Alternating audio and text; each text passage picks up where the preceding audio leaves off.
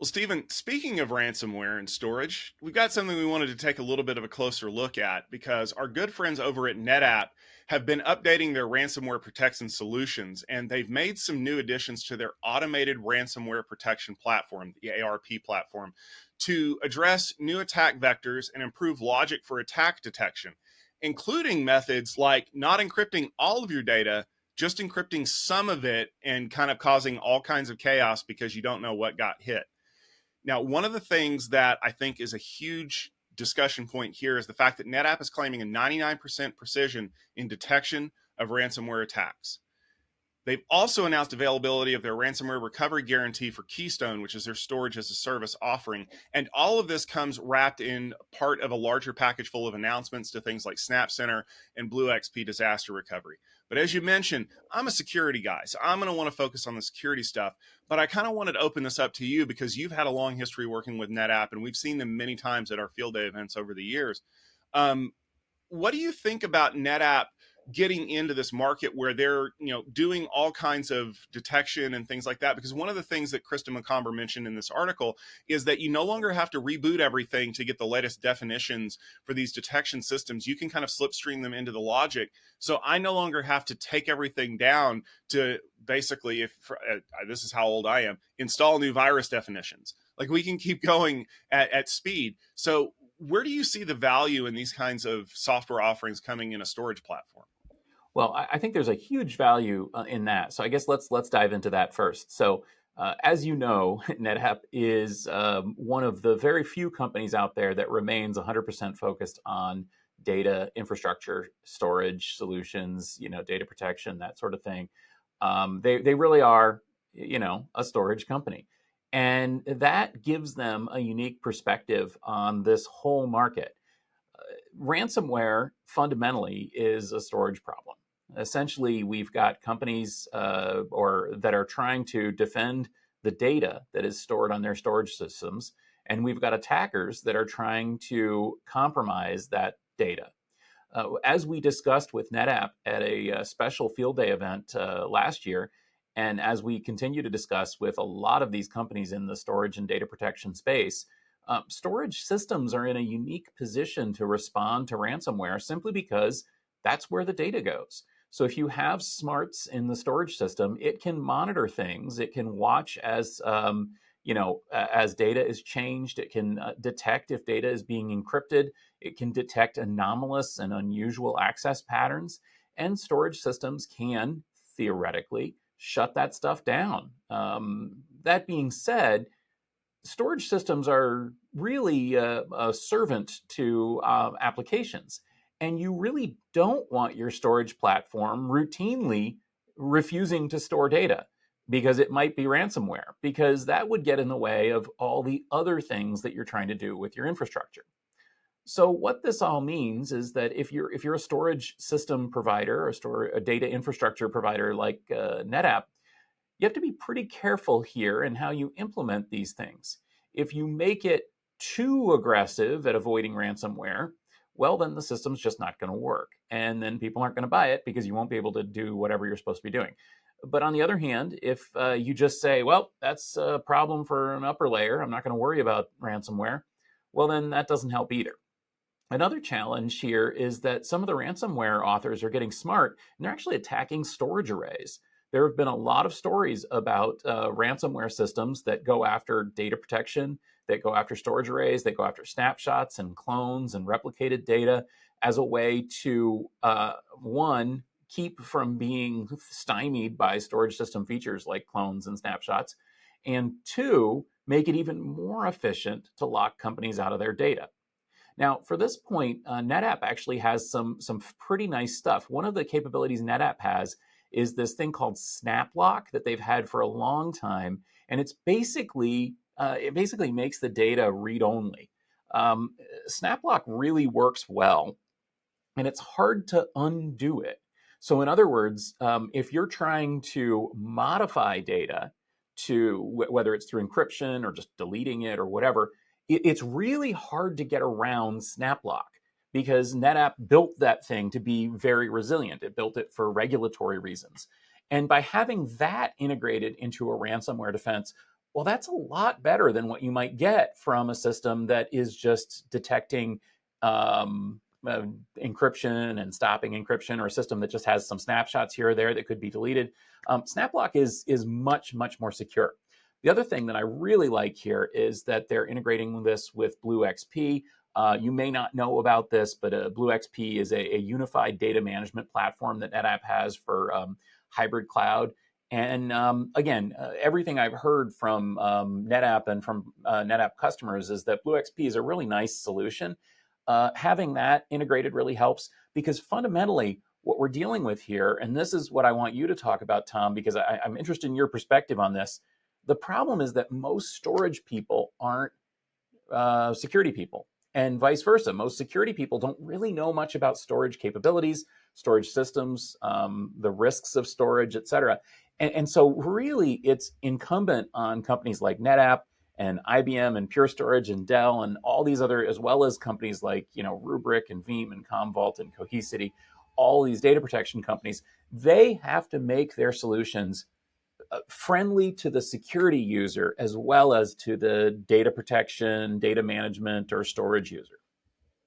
Yeah, I the problem is that when you focus your entire career on doing something like storing data or moving data or things like that, you never think of the negative aspects of it. And I quote everyone's favorite uncle, Gunnery Sergeant Hartman: if it wasn't for a-holes like you, there wouldn't be any thievery in the world. Well, if it wasn't for people who are trying to steal your data and get you to buy it back from them, there wouldn't be any ransomware in the world. And if it was just script kiddies from the 90s who are defacing websites, we wouldn't care. The problem is that there's value in the data. And so if you can get to it where it lives, that part of the reason why they're doing that now is because they're trying to get to it where nobody's going to notice. I mean, it's like the warehouse in Raiders of the Lost Ark, right? Like there's so many boxes in there. Who knows what's in there? And how many times have you just walked up and down the rows and started counting serial numbers?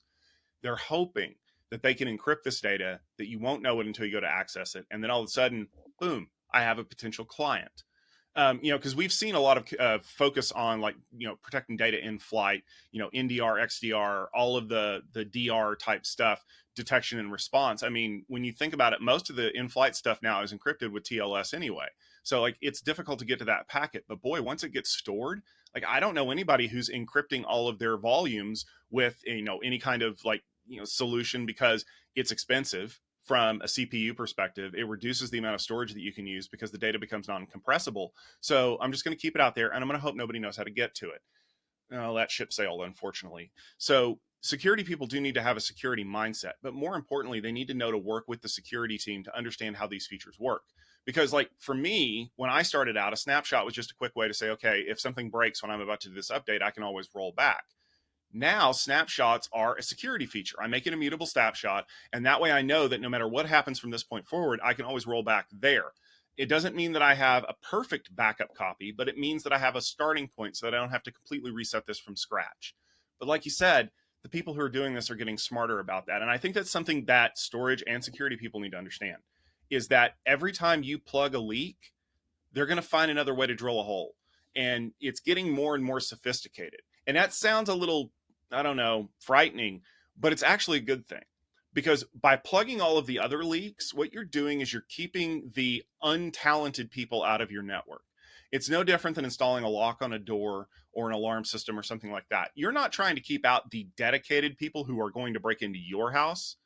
You're trying to keep out the people who are just looking for a house to break into.